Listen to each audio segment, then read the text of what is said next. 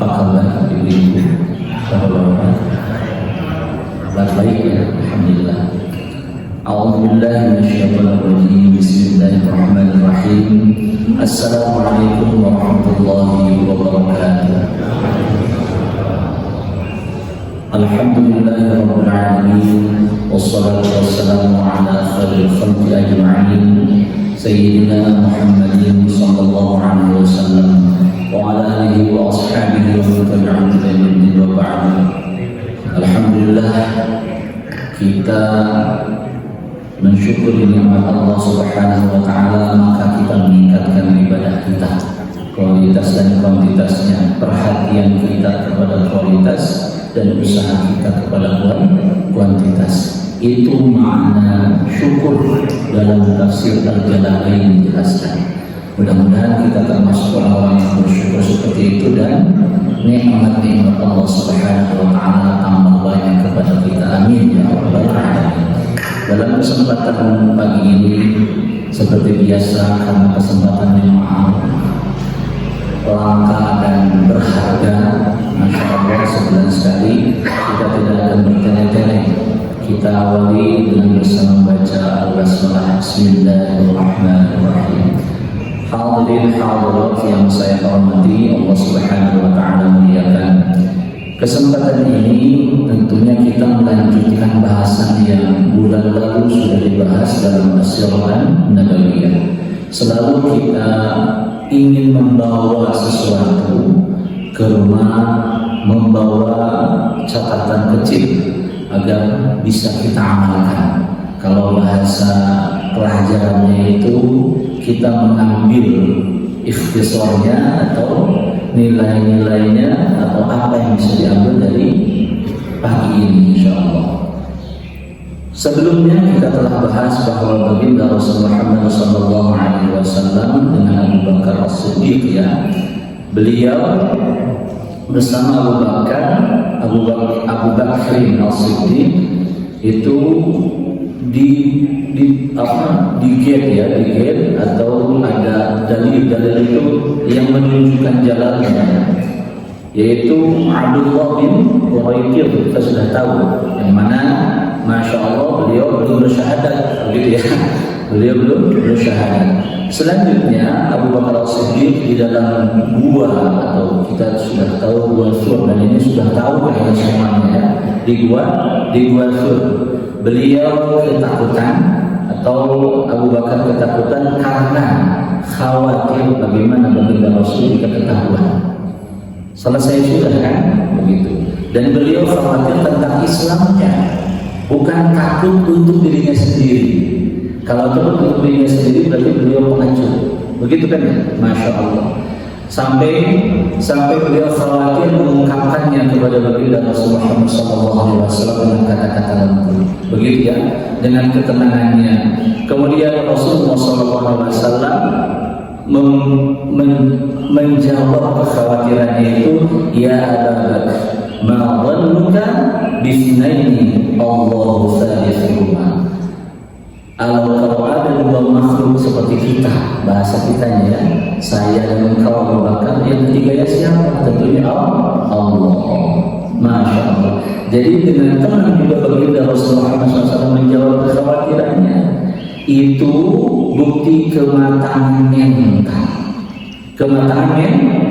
Kita kalau mengambil pelajaran dari sini, masya Allah, satu musibah, sesuatu yang tidak kita inginkan, tidak kita harapkan menimpa kita sudah gelisahnya melebihi orang-orang yang khawatir, melebihi atau berlebihan. Padahal kalau kita yakin kepada Allah Subhanahu wa taala, ada Allah, saat kita sendiri pun tetap ada Allah, yakin, masya Allah, sebut nama Allah Subhanahu wa taala. Allah, begitu kan? Ya Allah, mudah-mudahan anak ujian, masya Allah, itu anak, begitu kan? Jawabannya terarah ujian, gitu ya.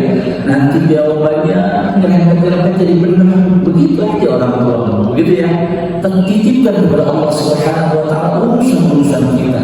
Masya Allah, masa kematangan mental itu tidak dicapai gratis, tidak didapat gratis. Makanya kita terus beribadah kepada Allah Subhanahu wa taala sehingga jiwa kita, atau kita menyebutnya mentalitas jiwa kita, nanti meningkat kualitasnya ke kualitas yang luar biasa. Karena bukan kekhawatiran itu tidak ada, tapi dilipat kepada Allah Subhanahu wa taala. Ya Allah, mohon diselesaikan, minta kepada Allah Subhanahu wa taala. Orang yang tidak ada khawatir, lihat saja anak kecil. Anak kecil itu lari, kita yang melihatnya takut dipojok itu jatuh begitu ya. Kita takut, dia lari saja. Pas jatuh juga bangun lagi. Atau nangis lari lagi. Karena tidak ada kekhawatiran dan ketakutan. Dan seperti itu. Karena kita percaya kepada Allah Subhanahu wa taala. Begitupun Nabi Muhammad SAW dengan tenangnya menjawab kekhawatiran Abu Bakar di gua Thur. Ini singkat-singkat saja, nanti pelajaran-pelajarannya kita sisipkan atau apa yang kita bisa ambil di sana. Masya Allah. Kemudian disayembarakan itu oleh orang Quraisy. Siapa yang bisa menangkap ini Muhammad? Mereka mengatakan demikian. Baik itu ditawan, baik itu dibunuh, baik itu pokoknya yang menemukan Muhammad waktu itu, orang-orang Quraisy mengatakan seperti itu, maka disayembarakan yang dapat akan mendapatkan imbalan yang hebat atau yang luar biasa. Ada namanya Suraqah bin Ju'shum bin Malik bin Ju'shum mestinya. Suraqah. Wah, ini ahlinya begitu ya. Saya track nih katanya, biar dapat imbalan yang luar biasa. Allahu Akbar. Rasulullah SAW setelah selamat dari dua Thur itu, dari kaum musyrikin, beliau mapai sisi laut. Kalau kita mau ke Banten itu lewat Santorum sisi laut teras, Sukabumi teras, sampai ke Anyar begitu ya.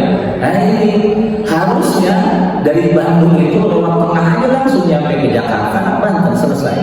Ini lewat sisi Rasulullah SAW, lewat Sahil ini, Laut Merah, Mampai. Padahal Madinah langsung aja dari Mekah kan begitu ya, langsung. Ini dari Mampai sisi, kenapa? Menjauhi trek yang bakal nanti diketahui oleh orang yang bersayembara. Karena itu orang yang bersayembara untuk menemukan Nabi Muhammad SAW. Masya Allah, sampai bertemu seperti itu, jadi jauhan dulu. Begitu kalau bahasa Sundanya. Allahu Akbar. Nggak apa-apa, perjuangan. Banyak dari umat Islam itu sekarang yang pengen shortcut, begitu ya. Shortcut bagaimana?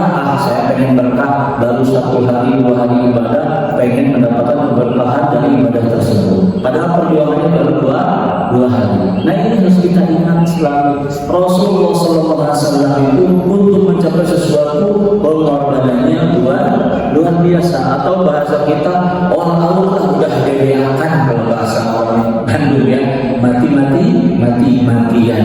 Tidak, ya Allah, saya ingin sampai ke tujuan itu dengan cara saya, dengan pengorbanan ya sekuat saya sedikit lah gitu. Sedikit saja mintanya banyak. Masya Allah.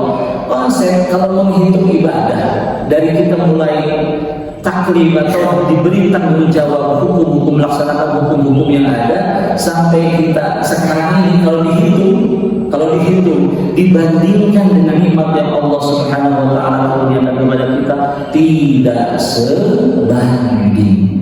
Makanya setiap hari kita mengucapkan alhamdulillah. Ibu-ibu, bapak-bapak ingat enggak diajarkan subhanallah walhamdulillah wala ilaha illallah, Allahu akbar. Ada yang bisa subhanallah begitu ya. Ada yang bisa langsung, tidak ada masalah. Yang jelas harusnya sahih. Begitu ya.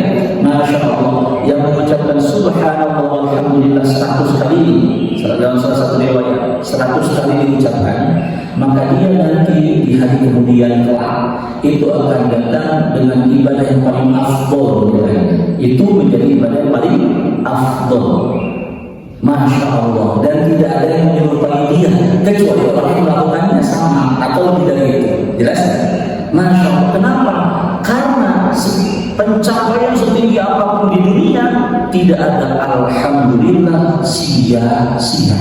Mungkin terhitung pencapaian yang luar biasa, tapi isinya tidak ada. tidak ada maknanya nanti di hari kemudian. Alhamdulillah. Makanya subhanallah, maha suci Allah, alhamdulillah, segitu saja 100 kali tiap hari itu minimal ya. Masya Allah. Mudah-mudahan ibadah kita yang sudah mumpung, mudah-mudahan kita tidak ngaku-ngaku ya, nanti berarti di hari kemudian. Amin ya rabbal alamin. Jangan sampai kita kecewa. Naudzubillah. Jadi apapun jumlahnya, berapapun ibadah kita, kalau tidak ada alhamdulillah di dalamnya, berarti sia-sia. Ya terhitung saja kita 1, 2, 3, tapi dalamnya tidak ada. Karena apa? Karena mengakui segala puji hanya milik Allah Subhanahu wa ta'ala. Masya Allah. Jadi perjuangannya sudah tidak usah kita hitung, sudah tidak usah kita sebut capek. Dan memang capek, misalnya bangun jam 3 itu kan lumayan ngantuk ya. Nah, nggak usah disebut ngantuk, tapi memang kenyataannya ngantuk. Berjalan itu sampai ke masjid kan ada usaha, nggak usah dihitung capek, tapi kita terus berusaha seperti yang dilakukan oleh baginda Rasul Muhammad Sallallahu Alaihi Wasallam, panutan kita. Nah, meskipun demikian perjuangannya sampai sisi laut, Allah Akbar.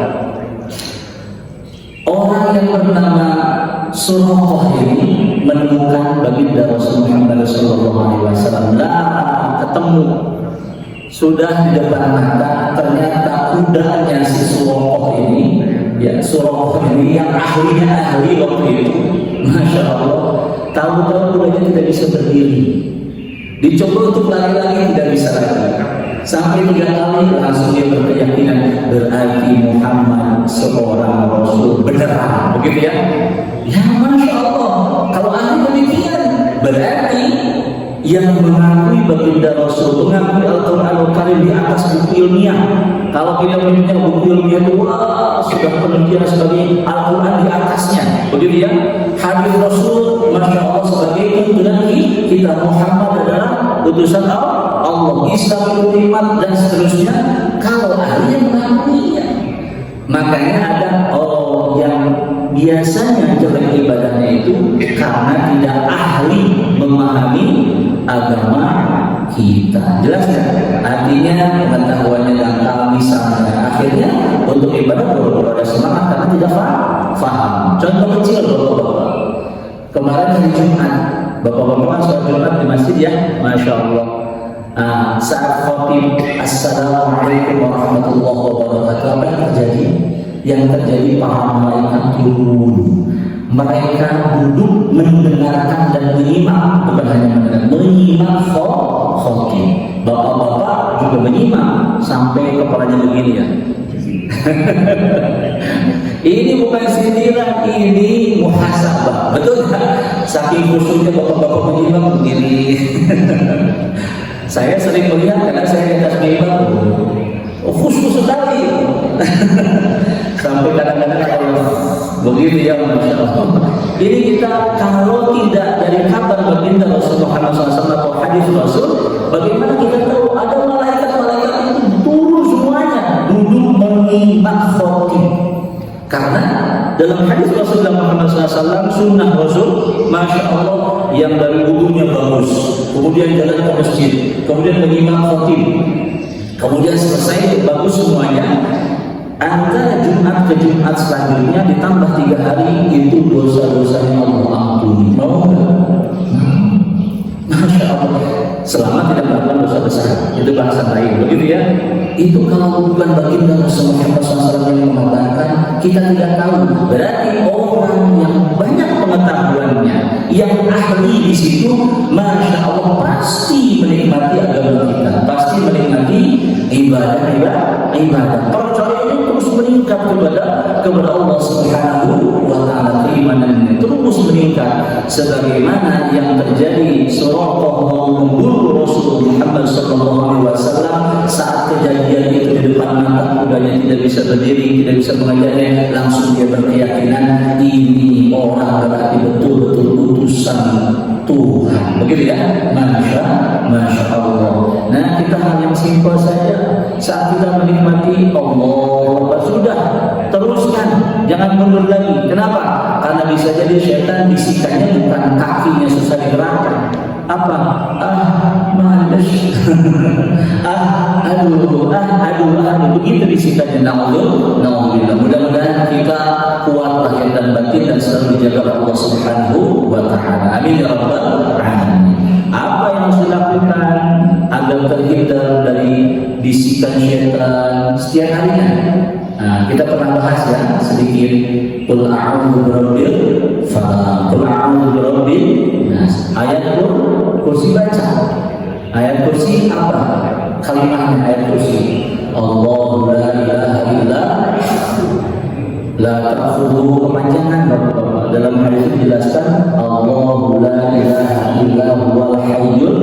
Itu ayat kursi segitu. Intinya segitu. Allahu la ilaha illa huwal hayyul qayyum. Tapi kalau ayatnya dalam surah Baqarah la ta'khudhuhu sinatun wa la nawm, seterusnya begitu. Masya Allah. Insyaallah mudah-mudahan kita dijaga oleh Allah dari godaan syaitan. Amin ya rabbal alamin. Setiap hari baca ya, setiap hari baca. Mudah-mudahan Allah menjaga kita selalu. Amin ya rabbal alamin. Dari musibah, dari bahaya dan seterusnya, terutama bisikan syaitan yang menjerumuskan. Walhamdulillah. Masya Allah. Meskipun demikian, Suraqah bertemu baginda Rasulullah SAW dan Abu Bakar kan. Ayo bagaimana sekarang? Kata Rasulullah Muhammad SAW, kalau kamu meninggalkan kami, tidak jadi menyergap, tidak ditangkap ini, kamu nanti dijanjikan akan menggunakan baju emas. Ini janji baginda Rasulullah SAW kepada Suraqah. Jadi imbalan yang luar biasa yang dijanjikan oleh kaum Quraisy itu abaikan saja. Karena beliau sudah melihat satu keajaiban, kuda yang tahu tidak bisa berdiri, padahal kuda yang kuat. Kuda yang ahli pasti kuat kan? Gak mungkin beli kuda yang biasa-biasa begitu. Masya Allah. Akhirnya percaya langsung, ya oke, ini saya pegang. Bahasa kita gitu ya. Jadi saya pegang janji Anda, saya pegang. Masya Allah. Nanti terjadi Umar bin Khattab memanggil Suraqah. Nanti setelah di Madinah, Suraqah ini ghanimah harta rampasan perang, ini baju emas engkau pakai seperti yang dijanjikan dulu waktu Rasulullah hijrah. Jadi terjadinya setelah beberapa tahun kita ada janji Allah begini, naudzubillah ya. Baru belum apa-apa sudah nagih ke Allahnya lebih sering daripada pengorbanannya. Itu yang terjadi. Masya Allah. Mudah-mudahan kita bisa muhasabah selalu. Amin ya rabbal alamin. Tidak seperti itu. Kalau percaya sudah. Kalau sudah percaya sudah. Ya, saya pegang janji Anda wahai Muhammad, nanti saya bakal pakai baju emas begitu ya. Masya Allah. Terjadinya beberapa tahun setelah itu yang memerintahkan Umar bin Khattab, sini Suraqah, ini janji Rasul kita kepada terjadi. Allahu Akbar. Masya Allah. Kita sering mengucapkan Allahu Akbar. Coba maknanya. Kadang-kadang Allahu Akbar kita khawatirnya lebih dari kejadian yang sebenarnya. Padahal ternyata dia begitu aja. Bapak-bapak, ibu-ibu, kenapa harus sampai sana? Sampai sana pemahaman kita Allahu Akbar. Di Al-A'raf ada jelas sekali. Ada berapa min qaryatin, berapa kampung yang orang di situ ya santai-santai sore hari tahu-tahu hilang nyawanya. Masya Allah. Kalau sudah terjadi seperti itu, yang sudah Allah ambil nyawanya dan tidak sadar, tidak siap-siap, Masya Allah, mereka akan mengatakan apa? Mereka hanya mengatakan, ya sudah kami pasrah. Ya memang ada yang sudah Allah ambil nyawanya terus ingin balik lagi ke dunia, Allah kabulkan langsung. Masya Allah, tidak ada kan? Masya Allah. Makanya kalau sudah yakin kepada Allah Subhanahu Wa Taala, ungkapkan dengan ibadah, kata-kata, doa. Sebagai orang cerdas yang kita mudah-mudahan diberikan umur yang panjang, amin. Tidak seperti di surah Al-A'raf itu ya, Al-A'raf itu, wa kam min qaryatin dan seterusnya. Mudah-mudahan kita diberi umur yang panjang, amin, dan umur yang berkah. Maka setiap pagi kita berdoa kepada Allah Subhanahu wa taala, minta kesehatan dan keselamatan. Bagi-bagi, Allahumma inni as'aluka ilman nafi'an wa rizqan thayyiban wa 'amalan mutaqabbalan.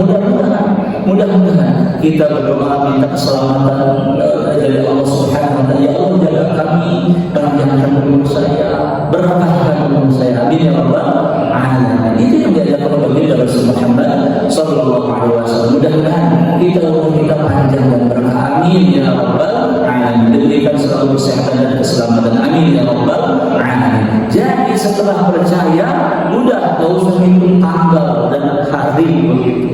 Insya Allah, kalau kita tambah yakin kepada Allah, Allah pun akan berikan sesuai apa yang kita yakini. Kan sudah jelas ya, hadis kursi, kita datang kepada Allah SWT, Allah begitu ya, lebih dari usaha kita, masya Allah. Mudah-mudahan seperti itu.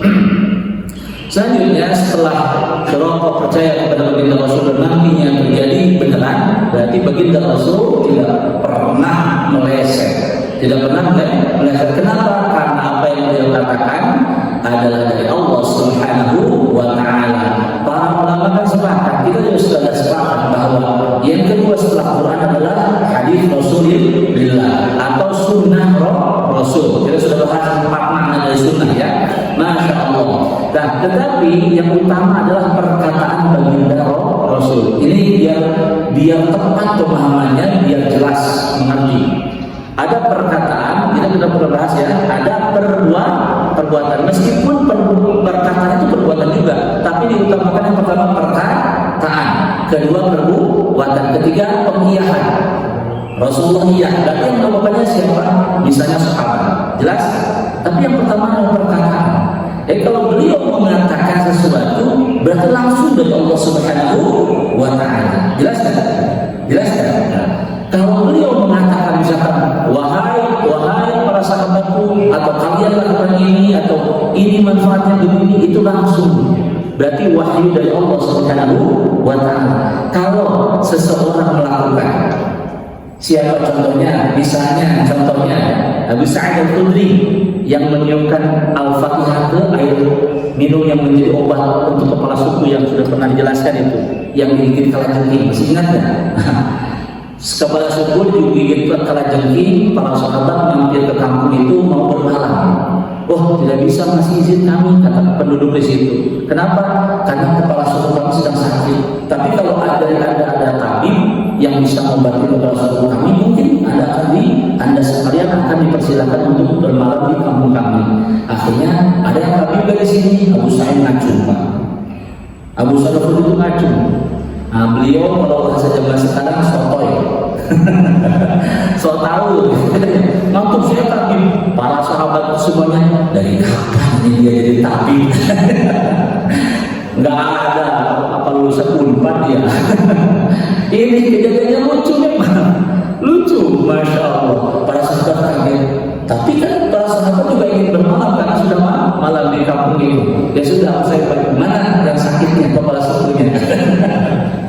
Masya Allah, Masya Allah. Tapi beliau bukan sotoy seperti di zaman kita kan, punya keyakinan. Mana? Ambilkan air. Pede banget, Masya Allah. Sahabat semuanya nggak ada yang ngomong gitu. Masya Allah. Terkaget-kaget dengan kelakuannya Nabi Sa'id Al-Khudri. Kemudian saya bacakan ininya, dibacakan Al-Fatihah.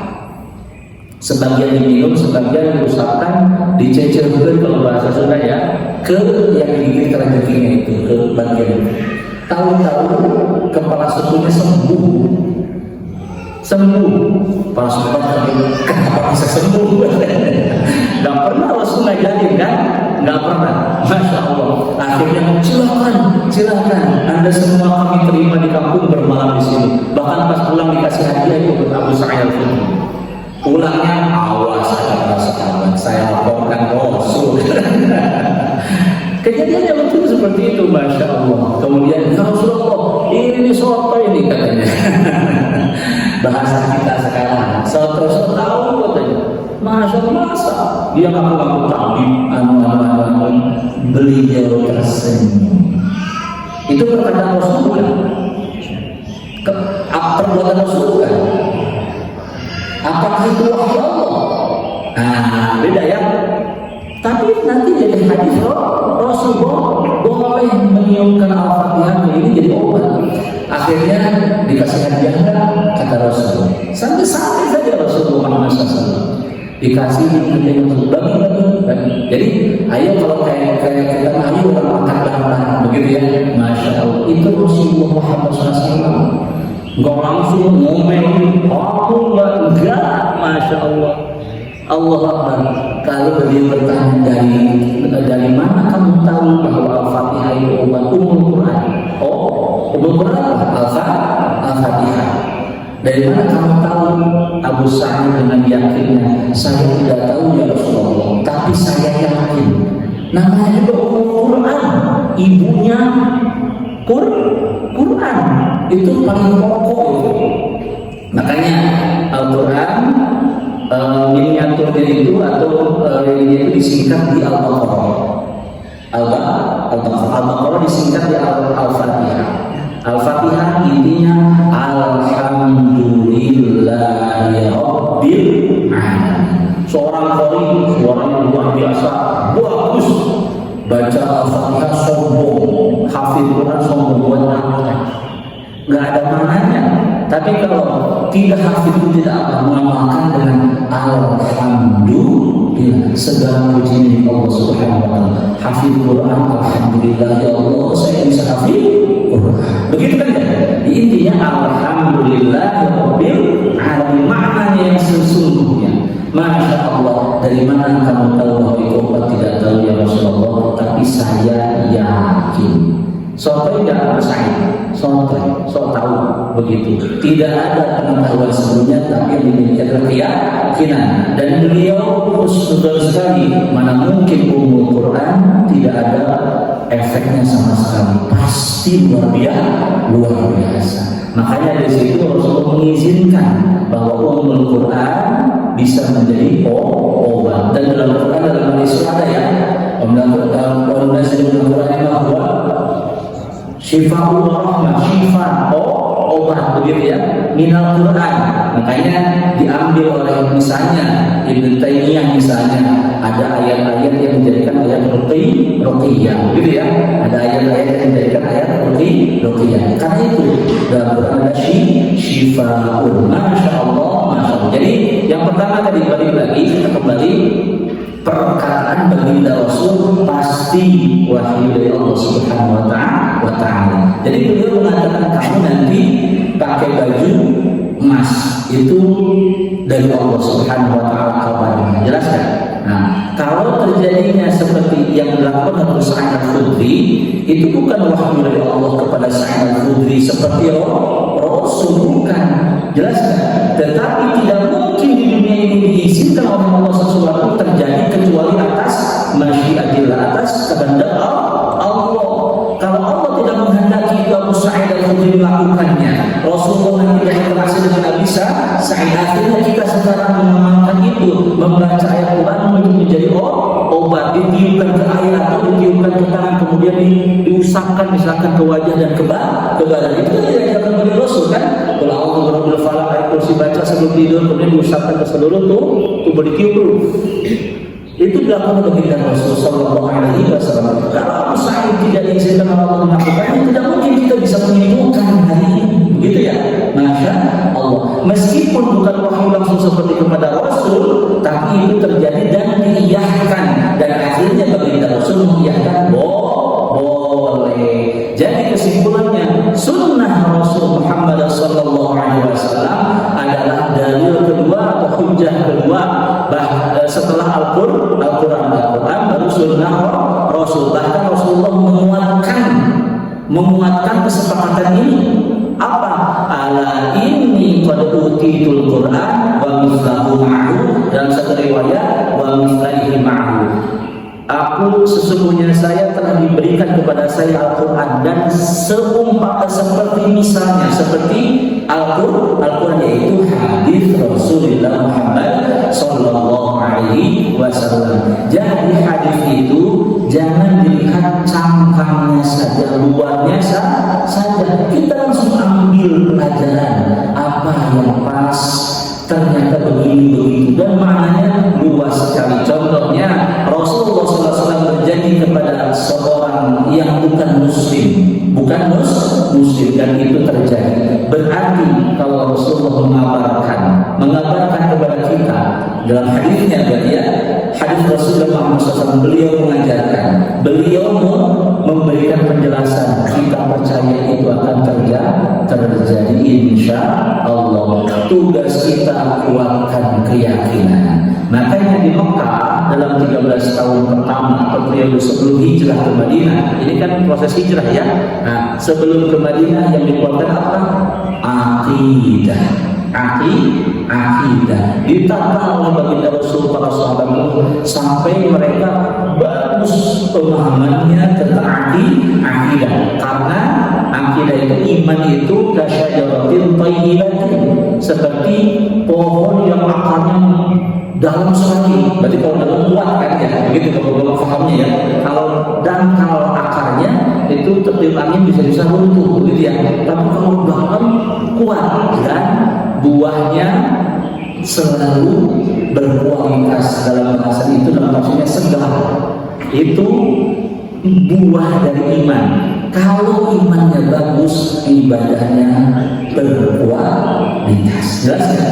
Nah, dalam 13 tahun dikuatkan akidah, nanti di Madinah baru bahasa ibadah. Contohnya di Madinah dijelaskan atau diajarkan tentang, diwajibkan tentang zakat, puasa, haji. Di Makkah belum. Di Makkah kan belum. Di situ diajarkan bagi Rasulullah SAW tentang akidah, keesaan Allah Subhanahu Wa Taala. Kemudian bagaimana para sahabat dalam akhlaknya itu di Makkah Al-Mukarramah. Masya Allah. Jadi Rasulullah SAW berjanji seperti itu, dipercaya oleh Suraqah, kemudian terjadi karena pasti Rasulullah tidak pernah berbohong. Kita umat Islam kita lihat kalau ada satu hadis Rasulullah Muhammad SAW misalnya ini waktu itu saya ngobrol dengan beliau, catatan tangan itu lebih berarti katanya. Ini ada 2 doa yang saya catatkan. Rasulullah berjanji ya. Di sini yang pertama kalau dibaca, orang yang membacanya pagi, malamnya meninggal, sorenya baca, besoknya meninggal, masya Allah. Kalau meninggal dan setelah baca ini masuk surga, amin. Kemudian yang juga Rasul yang baca ini ya 4 kali, hadis riwayatnya ada di sini saya tuliskan, maka Allah selamatkan dari neraka, amin. Ini 2 penting, masya Allah. Sudah saya catatkan, nanti kita baca, insya Allah. Di share setiap ngaji di sini kita tulis, yang mau silakan ke Pak Haji Yudi. Itu nanti bisa difotokopi Pak Haji.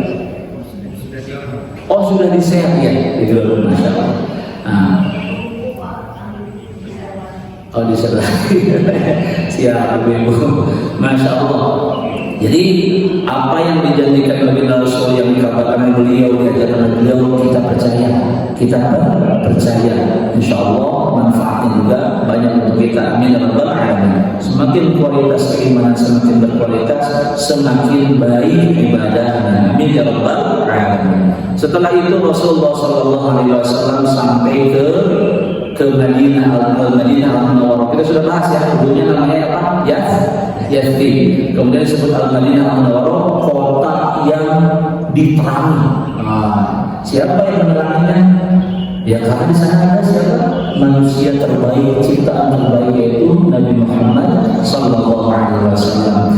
Berangkatnya kita sudah bahas berangkatnya ya, tanggal 1 Rabiul Awal, nyampenya 12 Rabiul Awal. Berapa hari bapak-bapak ibu jalannya ke Rasul? 11 hari. Kita mah sekarang kalau ke Madinah dari Makkah berapa jam? Naik bis ya, cepat ya, masya Allah. Rasulullah jalan, Allah. Makanya, masya Allah. Mudah-mudahan kita menjadi umat Rasul yang berbakti kepada Allah dan kepada Rasulullah Muhammad SAW. menghargai harapan-harapan beliau ingin kita masuk surga, amin. Dan kita sungguh-sungguh berarti, dan kita menghargai sekali perjuangan beliau. Masya Allah, kalau bukan karena beliau kita nggak tahu Tuhan kita siapa. Masya Allah. Dan nanti setelah mati kita mau menang bagaimana, alhamdulillah kita tidak tahu.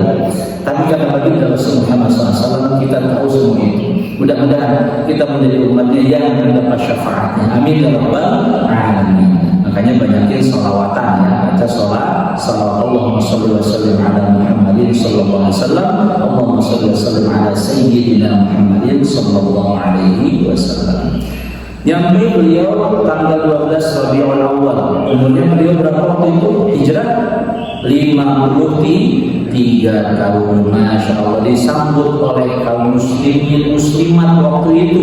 Sudah ada yang percaya kepada baginda Rasul dan kepada Allah Subhanahu wa taala. Di sana menyambut baginda Rasul dengan Abi Bakrin dan penunjuk jalannya, yaitu Abdullah bin Raifil ya, yang menunjukkan jalannya. Masya Allah. Nah, ibu-ibu itu membawa anak-anaknya menyambut baginda Rasul.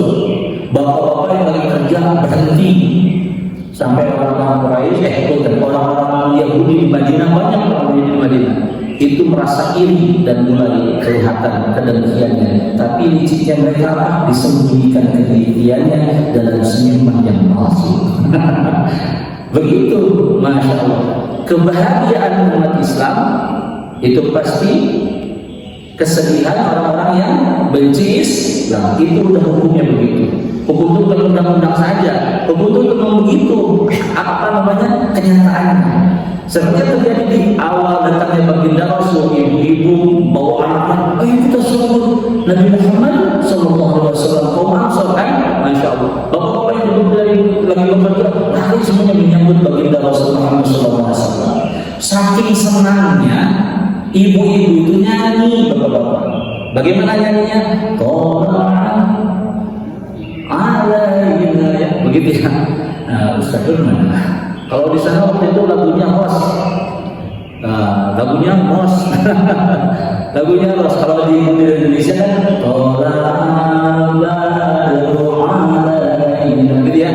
Min thaniyatil wada. Ya ibu pengajian biasanya suruh ngaji baca itu. Masya Allah. Begitu ya.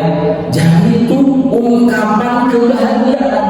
Kalau telah muncul baru bulan yang ini biasa, bulan yang mencorong, bulan tanggal 14, begitu Rasulullah bilang, bulan yang bersinar kepada kita semua. Siapa? Rasulullah Sallallahu Alaihi Wasallam. Masya Allah. Jadi ekspresinya sholawatan, begitu ya, memuji Rasul. Makanya dalam sholawatan yang dibaca di Indonesia itu tidak semuanya sholawatan Allahumma sholli wa sallim ala sayyidina Muhammad, bukan. Banyak versinya seperti memuji, menceritakan bagaimana akhlaknya, begitu ya. Nah kita mungkin ada yang terjebak dalam sholawatan itu berarti baca sholawat langsung Allahumma sholli wa sallim ala sayyidina Muhammad misalnya. Ada pujian seperti yang dibubuhkan dalam sholawat burdah itu, seorang ulama yang divonis meninggal dengan penyakitnya sudah memuji baginda Rasul, dipuji bagaimana baginda Rasul Muhammad sallallahu alaihi wasallam, dipuji, Masya Allah, dipuji, ditulis oleh dia. Kemudian apa? Malamnya bermimpi ketemu baginda Rasul. Besoknya apa? Besoknya sembuh. Masya Allah. Kok bisa demikian? Dijelaskan bapak-bapak. Mimpi itu ya ada keterangannya 3. Berjumlah mimpi itu 1 dari bagian 70 bagian. Ada yang 35 bagian, ada 24 bagian dari kenabian. Jadi semua nabi, tidak semua nabi rasul ya, semua rasul adalah nabi. Semua nabi itu bermimpi, tapi mimpinya wahyu. Nah, 1 bagian dari 70 bagian 35 atau 24 itu terjadi di orang-orang soleh. Jelas? Jadi mimpi itu ada penjelasannya. Ada orang-orang soleh yang bermimpi, Tapi tentunya mimpinya bukan mimpi aneh-aneh. Orang-orang soleh itu mimpinya bukan aneh-aneh, begitu ya, Masya Allah. Termasuk seperti yang memuji baginda Rasul Muhammad Sallallahu Alaihi Wasallam, Masya Allah, Masya Allah. Dipuji, ditulis dalam syairnya, malahnya bermimpi ketemu dan besoknya sembuh darinya penyakit yang sudah divonis, Masya Allah, membunuhnya. Allahu Akbar. Itu bagian dari kenubuah atau kenabian. 70 ada satu bagian terjadi kepada siapa? Kepada orang-orang soleh. Makanya ekspresi ibu-ibu, ini ibu yang membaca sholawat waktu itu, makanya sekarang juga banyak ibu yang baca sholawat kan begitu ya, sholawatan. Nah, jangan dilihat dari segi yang lainnya. Pokoknya kalau yang memahami sunnah atau asirah yang bagian seperti ini pasti menyukai bersalawat kepada baginda Rasul Muhammad Sallallahu Alaihi Wasallam. Mungkin dengan pujian tentang akhlaknya, tentang cerita bagaimana beliau menghadapi kaum musyrikin misalnya, atau bagaimana hebatnya keteguhan beliau dalam berdakwah misalnya, itu bagus-bagus saja. Masya Allah, Masya Allah. Redaksinya ya bebas-bebas saja.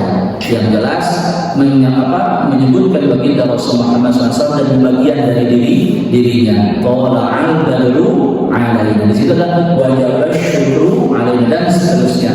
Nah setelah itu, udah jam 6:16 ya. Setelah itu singkatnya beliau mendirikan masjid pertama apa? Kuba. Kuba. Masjid kedua apa? Masjid kedua Masjid Jumat. Jadi beliau setelah di Kuba mendirikan masjid Kuba ya, di sebelah janubnya Madinah itu. Kemudian beliau pergi ke satu tempat, di sana ada Bani Salim bin Auf. Bani Salim bin Auf kebetulan hari Jumat. Akhirnya beliau Jumatan pertama di sana. Jelas? Jumatan pertama, Jumatan itu bahasa Sunda ya. Sholat Jumat di hari itu pertama dalam Islam, yaitu di tempatnya Bani Auf. Disebutlah Masjid Al-Wadi. Wadi itu lembah begitu ya.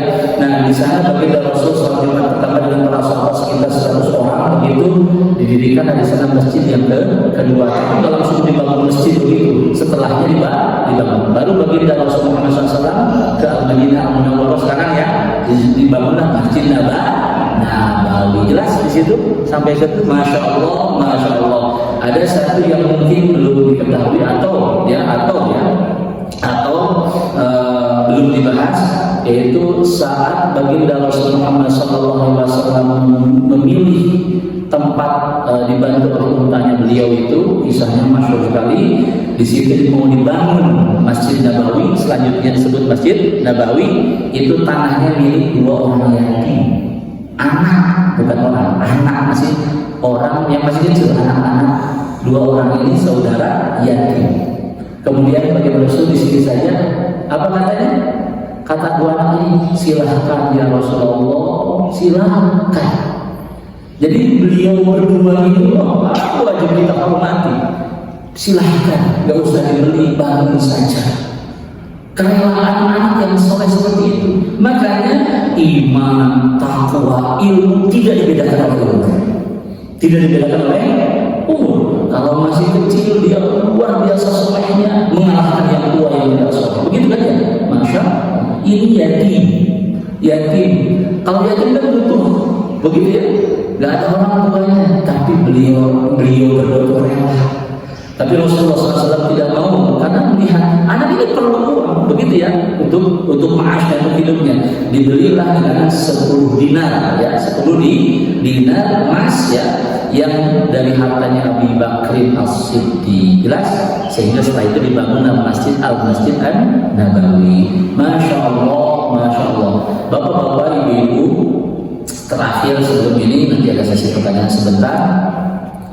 Pelajarannya, satu, Abu Bakar itu masih muda dibanding baginda Rasul. Beliau beda berapa tahun dengan baginda Rasul saat itu? Beda 3 tahun. Berarti kalau beliau diutus 40 tahun, umur Abu Bakar berapa?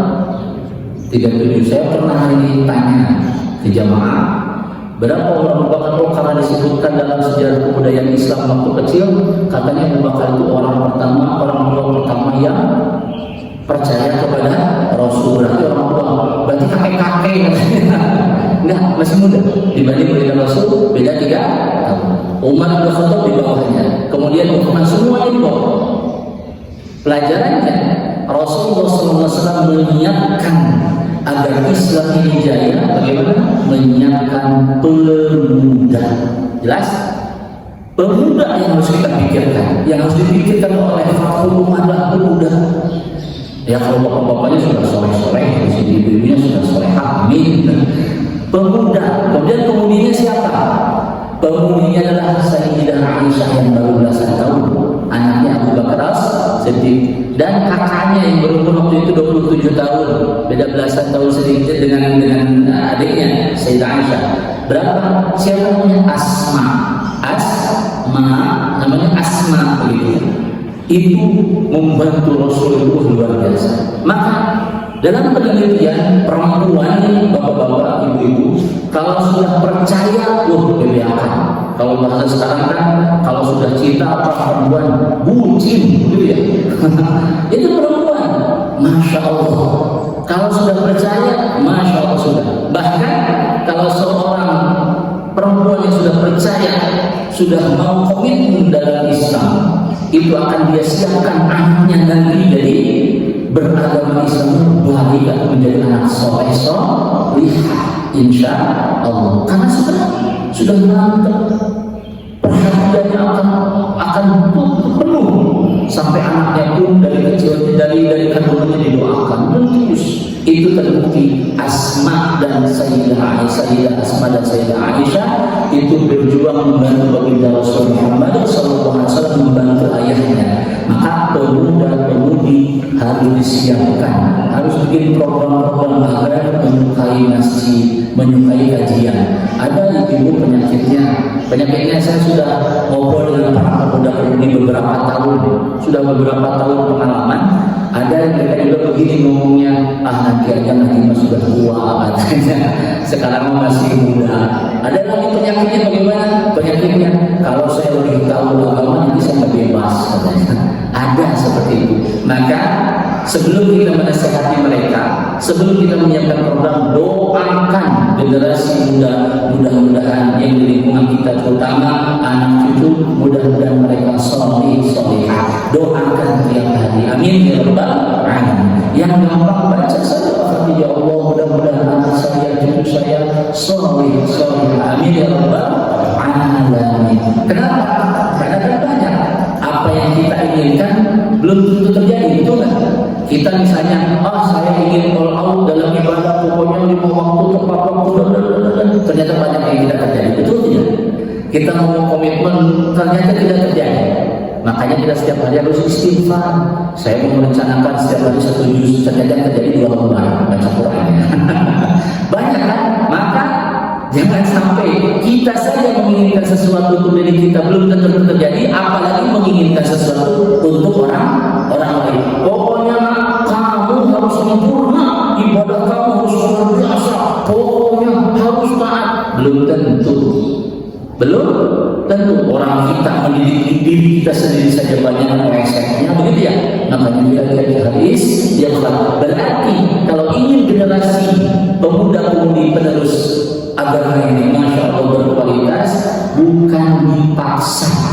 Pertama didoakan, kedua difasilitasi. Alhamdulillah orang-orang tuanya di sini mudah-mudahan soleh-solehah sehingga generasi penerusnya, pemuda-pemudinya soleh-solehah, amin ya rabbal alamin. Sebenarnya belum selesai ini penjelasan atau pembahasan pagi ini, tapi waktunya sudah mepet juga. Ini doanya saya bacakan ya, dibaca pagi dan sore. Paginya masya Allah, jika Allah menakdirkan kita meninggal di malam hari, sudah ada jaminan. Kalau kita baca sore hari, meninggalnya di pagi hari, sudah ada jaminan. Masya Allah.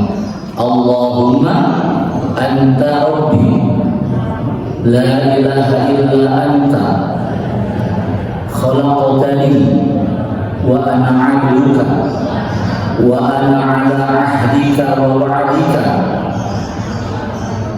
wa wa'dika mastata'tu, a'udzu bika min syarri ma sana'tu wa abu'u laka bi ni'matika 'alayya wa abu'u bi dhanbi faghfir li fa innahu la yaghfiru dhunuba illa anta. Ini hadis riwayat Imam Bukhari sahih. Baca pagi dan sore hari, yang membaca ini masuk surga. Amin ya rabbal alamin. Kemudian yang kedua, ya, nanti di-share santai saja, aman dulu ya. Yang kedua, Allahumma inni asbahtu ushhiduka wa ushhidu hamalata 'arsyika wa malaikataka wa jami'a khalqika annaka anta Allah la ilaha illa anta wahdaka la syarika lak wa anna Muhammadan abduka wa rasuluka. Baca ini 4 kali. Satu riwayat yang membacanya 1 kali 1/3 tubuhnya nanti selamat dari neraka. Ataqahullahu ta'ala minan. Ataqahu, Allah memerdekakannya dari neraka, berarti menyelamatkan. Kalau membaca 1 kali 1/3 tubuhnya selamat. Kalau 2 kali 2/3. Kalau 3 kali seluruh tubuh Allah selamatkan. Maka dibacanya 4 kali. Nah, kan itu ya kami pokoknya sudah 4 kali lah, ada keterangannya, jelas ya. Baca 4 kali. Kalau pagi hari, nah ini harus diingat. Di sini kan asbahtu, itu bacanya pagi hari. Nah, kalau sore hari bacanya amsaitu. Sobah itu pagi, masa itu sore. Maka kalau sore hari, Allahumma inni amsaitu. Kalau pagi hari, Allahumma inni asbahtu. Mudah-mudahan dijaga oleh Allah Subhanahu wa taala dari api neraka. Amin ya rabbal alamin. Ini saya titipkan nanti ke Pak Haji.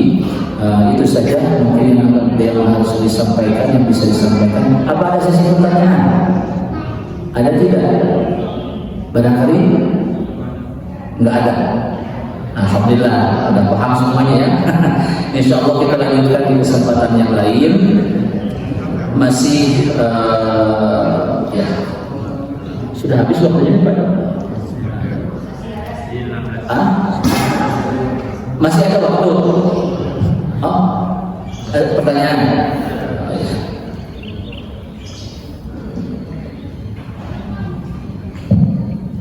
Assalamualaikum warahmatullahi wabarakatuh. Waalaikumsalam. Saya ingin menanyakan mengenai ada perang di zaman Nabi. Jadi kenapa baju hitam mahal sekali? Ya. Kenapa dibawa perang? Jadi bagaimana sebenarnya kata cara perang zaman dulu? Ya. Nah, baik. Ada perang Badar, ada perang Uhud, ada perang Bani Nadir, ada perang Bani Quraidah, ada perang Hudaybiyah, ada Khaybar, ada Mu'tah, ada banyak, ada belasan perang. Nah, perang di zaman itu semua harta dibawa apa? Semua harta dibawa. Jadi yang punya segudang harta kekayaan tidak disiapkan di rumah. Waktu itu belum ada berangkas besi. Jadi belum ada bank yang menyimpan dan menjamin harta. Akhirnya semua harta dibawa setiap perang. Begitu. Maka semua yang dibawa, yang menang mengambilnya. Begitu ya. Nah, itu disebut ghanimah. Tentunya emas ini kan menggoda kebanggaan, begitu ya. Bahkan waktu kisahnya Salman waktu ingin merdeka saja, permintaannya adalah 10 ons gitu ya. Akhirnya ada yang menambang emas sebesar telur. Salman sampai, ini bisa memerdekakan saya. Rasulullah ambil dan dimasukkan ke mulutnya. Coba, gede gitu ya. Karena memang harta yang berharga. tentunya waktu itu ada orang yang bikin baju dihiasi dengan emas-emas begitu, masya Allah, begitu ya. Memang demikian, dan itu menjadi ghanimah yang satu-satunya menjadi rampasan perang dan diberikan kepada tadi Suraqah. Jelas? Nah, ada perang untuk bahasan di Islam, ada perang itu rada-rada panjang. Pokoknya perang disepakati dulu bagaimana tempatnya, bagaimana, di mana, dan seterusnya, baru terasa adil. Bahkan dalam perang Badar itu satu lawan satu dulu, gitu ya, satu lawan satu dulu, petarungnya siapa dulu, itu disepakati. Ya bukan sergapan, ya sergapan tidak siap kemudian dikalahkan, gitu ya. Atau dengan cara yang licik, tidak. Adabnya demikian. Ya. Itu gambaran besarnya begitu. Wallahu a'lam. Jadi apa ya? Masyaallah. Silakan, ada lagi yang lain? Ibu-ibu tidak ada? Mangga. Saya punya pertanyaan barusan. Ya. Bagaimana hukumnya laki-laki menggunakan Laki-laki menggunakan emas. Dalam semua dalam Islam sudah dijelaskan kepada Rasul. Jelas? Maka sekarang itu laki-laki menggunakan emas haram, tidak boleh. Karena kalau bapak-bapak pakai emas, ibu-ibu iri nanti. Pokoknya haram. Nah, waktu itu, jadi gini, kan seperti pensyariatan atau hukum khamr, minuman itu, minuman yang memabukkan itu kan bertahap, tidak langsung haram begitu bertahap. Jadi waktunya ada, ini disyariatkan kapan sampai sempurna. Jadi itu kejadiannya kapan? Kalau sekarang sudah diharamkan. Setelah Rasulullah SAW kan selesainya apa yang diinginkan oleh Allah dijelaskan kepada manusia, itu baginda Rasul sudah selesai, makanya beliau kembali kepada Allah. Gitu kan ya? Sudah sempurna semuanya. Dulu ada masanya laki-laki pakai emas, tidak ada masalah dulu sebelum diharamkan. Masya Allah. Allah a'lam. Yang lain? Silakan. Terima kasih yang diberikan.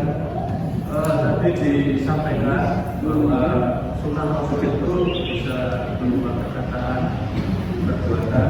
Ya. Satunya persetujuan Ya. atau ikrar, takrim. Yang saya tanyakan itu pada suatu ketika dalam sunnah, kalau tidak salah itu puasa sunnah Muharram. Muharram itu kan dari Asyura. Ya. Nah, kata Nabi, kalau puasanya hanya pada tanggal 10 itu sama dengan Yahudi, ya. Kemudian Rasul, kalau saya diberi umur panjang, saya akan puasa tanggal 9, gitu Pak. Tapi belum sampai tanggal 9 Rasulullah sudah meninggal. Apakah itu menjadi sunnah bagi kita atau tidak? Ya. Terima kasih. Kalau beliau sudah katakan, berarti sunnah. Selesai. Contoh, Rasulullah berpesan kepada Umar bin Khattab yang bertemu orang yang bernama, begitu kan? Berarti beliau belum bertemu. Jelas? Yang bertemu orang yang bernama Anu datang nanti dari sana, waktu itu disebut dari Yaman. Minta kepada dia untuk didoakan. Coba bayangkan. Berarti bagi Rasul belum bertemu. Sampai Umar bin Khattab bertemu dengannya dan berkata, kalau bukan Rasul yang menyuruh, saya juga nggak tahu rasanya. Nah, itu Umar bin Khattab berbincang dengan orang tersebut. Ternyata bukan seorang tokoh yang hebat, tapi dia orang soleh. Tolong doakan saya. Umar bin Khattab, yang setan aja ketemu takut, gitu ya. Akhirnya dia mendoakan, ya Allah, ya mendoakan Umar bin Khattab. Makanya kita kalau ketemu dengan siapa, doakan kepada Allah berdoanya, gitu kan ya? Itu boleh. Rasulullah kepada siapa? Kepada Rasulullah. Kalau bertemu dengan orang, begitu ya. Masya Allah, Masya Allah. Nah, beliau belum bertemu. Bahkan para sahabat yang lain juga belum pernah bertemu karena bukan orang Makkah, orang Madinah, bukan. Jelas. Pokoknya sudah dilakukan oleh baginda Rasul, perbuatan diucapkan seperti itu, belum yang diucapkan oleh baginda Rasul meskipun belum dilakukan, tentunya sudah menjadi sunnah. Jelas ya? Wallahu a'lam. Silakan yang lain. Ya, enggak banyak waktunya nih. Terima kasih. Ini tentang doa yang menurut saya kadang-kadang jadi masalah. Artinya orang sering berdoa, ya Allah ampunilah dosa saya, ya Allah ampunilah dosa orang tua saya. Ini ada yang mengatakan yang diampuni dosanya bukan orang tua, bukan diri. Yang saya tanyakan sebenarnya terjemahan dari ayat atau doa itu, ya Allah alhamdulillah orang tua saya atas dosa-dosanya.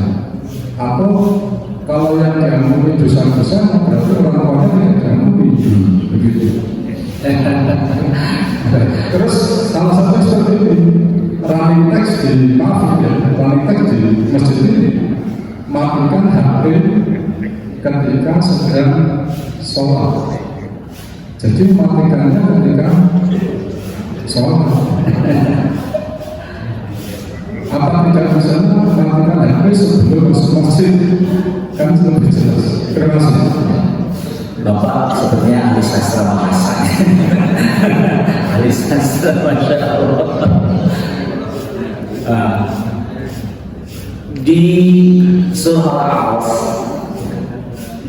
ada satu ayat yang orang-orang sudah meninggal dari kemudian semuanya, kemudian kami akan uraikan. Nah, qussan itu ceritakan, artinya dari dulu sampai akhir hayatnya, ceritakan orang-orang yang sudah meninggal ini dengan ilmu kami, ilmu Allah itu tahu semuanya kan, sampai isi hati. Tapi Allah uraikan itu, diceritakan semuanya. Wa ma kunna, dan tidaklah kami ini goib, artinya kami tidak hadir. Semuanya Allah tahu, Sekarang kalau seorang dosen ke mahasiswa, weh kamu nggak lulus, bisa nggak? Bisa, apalagi dosennya tahu mahasiswa ini yang bandel, tidak mengerjakan tugas dan seterusnya. Bisa kan? Bisa. Tapi kalau dikatakan langsung protes nggak mahasiswa tersebut, bisa tidak terima. Sebentar akhirnya ada ujian, akhirnya ada kelayakan lulus atau tidak, begitu ya? Nah, itu semuanya agar tidak ada pertanyaan lagi, semuanya menerima. Makanya Allah uraikan semua amal itu tidak akan ngeles nanti orangnya. Ya Allah, saya tidak melakukan ini, kok saya dimasukkan ke disiksa begitu. Tapi kalau diuraikan tidak bisa ngomong semuanya. Begitu ya? Jelas kan? Nah, jadi ada juga redaksi yang luarnya seperti itu, tapi maknanya sudah diketahui bersama, sudah disepakati. Dari itu kita harus mengaji tafsir dan hadis Rasulullah Muhammad Sallallahu Alaihi Wasallam. Jelas tak? Ada pertanyaan, misalnya pertanyaan kepada iblis, mana alla tasjuda illa aku. Itu pertanyaan, apa yang mencegahmu untuk sujud saat aku perintahkan? Itu pertanyaan atau perintah? Pertanyaan apa? Pertanyaan, tapi maknanya adalah ancaman. Jelas? Maknanya adalah ancaman. Jelas? Nah, Allahumma firli wa liwalidayya, begitu ya. Ya Allah, ampunilah aku dan kedua orang tuaku. Allahumma firli dunubi wa dunuba walidina, misalnya. Ya Allah, ampunilah dosa-dosa kami, dunubana wa dunuba walidina, misalnya. Ampunilah dosa-dosa kami dan dosa-dosa orang tua kami. Meskipun ada perbedaan redaksi dan terjemahnya kadang-kadang tidak pas, untuk syukur-syukur kalau pas ya terjemahnya sesuai sastra, gitu ya. Nah, kalau tidak pas, tapi kita sudah paham maksudnya, jelas ya.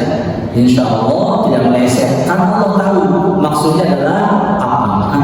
Apalagi kalau doanya dari hadis Rasulullah Muhammad Sallallahu Alaihi Wasallam. meleset. Nah, tidak seperti tadi. Kalau ini meleset mungkin ya, matikan sedang sholat. Tapi maksudnya sebelum sholat tentunya. Begitu. Mungkin nanti dirubah redaksi. Maksudnya yang bagus Pak. Alhamdulillah. Begitu ya Bapak ya, Ibu-ibu, Masya Allah. Allah Maha tahu semuanya. Allah Maha tahu semuanya. Bahkan orang yang tidak ingin dihormati pun Allah angkat derajatnya dihormati oleh orang lain karena Allah tahu orang ini berhak dihormati, misalnya seperti itu. Contohnya tadi orang yang dari Yaman itu namanya bapak-bapak tahu siapa? Uwais. Nah, itu orang terkenal di Yaman. Umat juga doakan saya. Kalau bukan Rasulullah dulu saya doakan. Begitu kan? Didoakan kayak Uwais. Makanya kita bertemu misalnya bapak ketemu orang tua, mertua, Pak doain Pak, saya selalu sukses misalnya. Nah, ketemu dengan orang doain dia bapak mudah-mudahan sehat selalu itu boleh. Jelas? Masya Allah, semakin digali tentang Rasul itu ya, tentang hadis Rasul Muhammad SAW, semakin bahagia gitu. Jawaban-jawaban tersedia semuanya. Alhamdulillah. Waktu juga yang memisahkan kita. Alhamdulillah, mudah-mudahan ilmu kita bermanfaat. Amin ya rabbal alamin. Itu saja yang harus disampaikan. Saya mohon maaf bila ada khilaf, ada salah, astagfirullah. Nakhtatim bilhamdulillah, alhamdulillah rabbil alamin. Assalamualaikum warahmatullahi wabarakatuh.